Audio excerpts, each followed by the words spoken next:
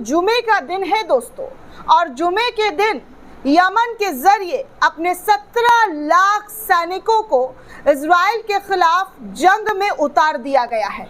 ऐसा social media के हवाले से जानकारी देकर बताई जा रही है कि यमन ने अपने 17 लाख लोगों को जंग में पूरी तरीके से ट्रेन कर दिया है, जिसकी वीडियो सोशल मीडिया पर खुद शेयर करते हुए जानकारी साझा की जा रही है। दरअसल दोस्तों, सोशल मीडिया पर इन दिनों इंटरनेशनल रिपोर्ट्स लगातार कई पेजेस के जरिए शेयर की जाती है, जिसको हम आप तक पहुंचाते हैं कि क्या और किस तरीके की खबर इंटरनेशनल मीडिया में देखने सुनने को मिल रही है। अब एक वीडियो दोस्तों आज ही पोस्ट किया गया है चाइना इन इंग्लिश पेज के जरिए। चाइना इन इंग्लिश पेज ने कई वीडियो यमन के हुती विद्रोहियों का शेयर किया है, जहां पर वो गुफाओं के अंदर ट्रेनिंग लेते हुए हथियार के साथ देखे जा रहे हैं। इनके हाथों में कुरान शरीफ और तमाम इस्लामिक किताब भी नज़र आ रही है। अल्लाह का नाम लिए हुए ये तमाम जो है जंग में पूरी तैयारी कर रहे हैं, और इस जंग की तैयारी की तस्वीर जो है यमन के हुती विद्रोहियों के ज़रिए शायद शेयर की गई है। इस वीडियो में दोस्तों कई ऐसी तस्वीर दिखाई दिए जा रहे हैं जहां पर इनकी फुल ट्रेनिंग जो है वो हुई है, जिसमें वो इजराइल के साथ ज़मीनी लड़ाई पर लड़ने के लिए कैसे आमादा हों, इसको लेकर पूरी जानकारी साझा की गई है। तो इसी पेज से, चाइना इन इंग्लिश पेज से शेयर करते हुए जानकारी लिखा गया है कि big breaking news, Abdul Malik al Houthi ने 17 लाख यमनी सैनिकों की तैयारियों की घोषणा की है, जिन्हें पूरी तरीके से परीक्षण दे दिया गया है और इजराइल के साथ ज़मीनी टकराव के लिए अब ये तैयार हैं। उन्होंने अरब देशों से एक ज़मीनी गलियारा खोलने का आह्वान भी किया है, ताकि वो गाज़ा और फ़िलिस्तीन में फ़िलिस्तीनी लोगों का समर्थन कर सके।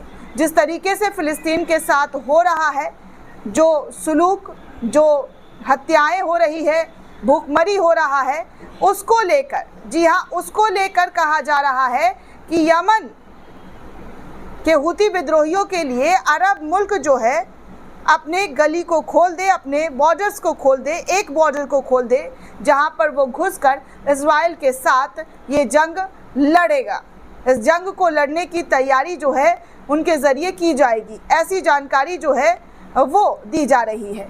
वहीं आगे कुछ और तस्वीर, कुछ और जानकारी करंट रिपोर्ट के हवाले से सामने आई है, जहां पर आप हज़ारों लाखों की तादाद में ये भीड़ देख सकते हैं। दरअसल दोस्तों, इस वक्त हजार इजरायली तेल अवीव की सड़कों पर उमड़ पड़े हैं और नेतन्याहू से हमास के साथ तत्काल युद्ध विराम समझौते की बात कर रहे हैं और कह रहे हैं कि जल्द से जल्द नेतन्याहू के जो है हमास के साथ युद्ध विराम करे, नहीं तो इससे भी बड़ा प्रदर्शन जो है नेतन्याहू को इजराइल के अंदर देखने सुनने को मिलेगा।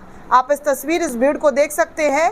ये कोई अरबी कंट्री के लोग नहीं, बल्कि यहूदी है जो खुद इस जंग को रोकने के लिए अपनी सरकार के खिलाफ सड़कों पर उतर आए हैं और कह रहे हैं कि वो इस जंग को जल्द से जल्द रोक दे।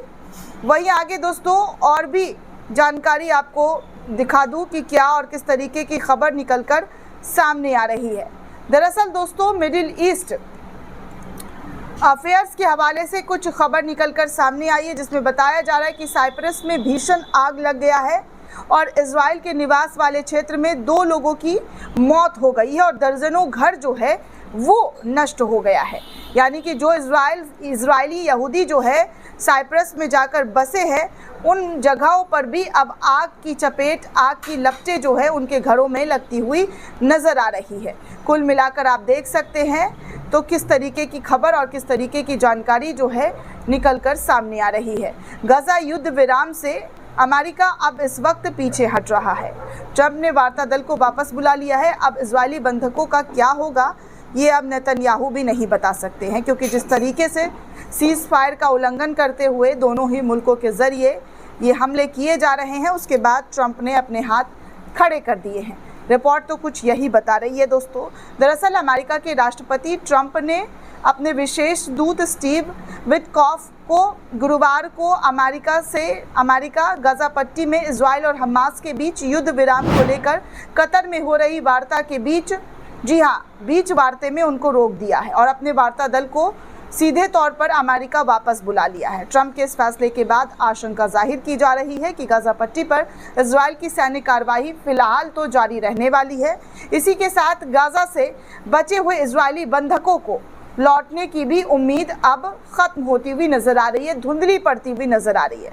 विटकॉफ ने कहा है कि अमेरिका ये कदम इसलिए उठा रहा है क्योंकि हमास की प्रतिक्रिया चरमपंथी संगठन में गाजा पट्टी में युद्ध विराम समझौते पर पहुंचने की इच्छा की कमी को दर्शाती है। उन्होंने कहा है, हालांकि मध्यस्थता ने काफी प्रयास किया लेकिन हमास समन्वय या अच्छी नीयत से काम करता हुआ नहीं नजर आ रहा है।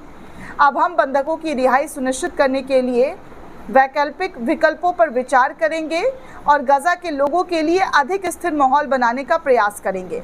विटकॉफ ने आगे ये भी अपने बयान में कहा है कि शर्म की बात है कि हमास ने स्वार्थी तरीके से काम किया है।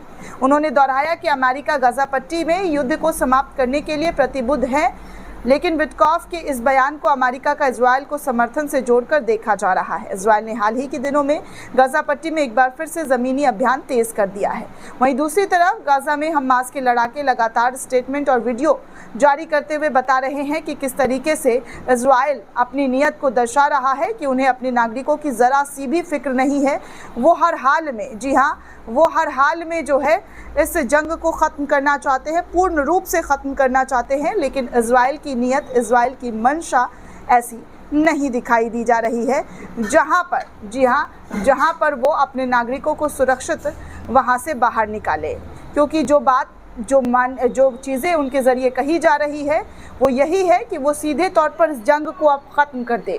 सीज़ फायर जो है वो पूरी तरीके से हो। ये नहीं कि 10 दिन बाद, 1 महीने बाद फिर से सीज़ फायर तोड़कर लोगों की जान और हत्या जो है वो कर दी जाए। तो ये जो है हमास के ज़रिए कहा जा रहा है, उनका ये स्टेटमेंट है। अब दोनों दलों के बीच क्या बात हो रहा है और किस तरीके की चीज़ें हो रही है वो खुद खुलकर आकर सामने बताएं कि हकीकत क्या है, क्योंकि जिस तरीके से मौतों का आंकड़ा बढ़ रहा है वो बेहद डरा देने वाला है। ऐसे में सीज़ फायर होना ही सबसे एकमात्र विकल्प है जहां पर दोनों ही मुल्क को सुरक्षा प्रदान किया जा सके और इस जंग में जो मासूम लोगों की जान जा रही है वो ना जाए। दोस्तों, इस पूरे रिपोर्ट को लेकर आप क्या सोचते हैं, आपकी क्या प्रतिक्रिया है, हमें कमेंट करके ज़रूर बताइएगा। साथ ही साथ चैनल को ज़्यादा से ज़्यादा लाइक, शेयर और सब्सक्राइब करना बिल्कुल भी ना भूलें। शुक्रिया दोस्तों।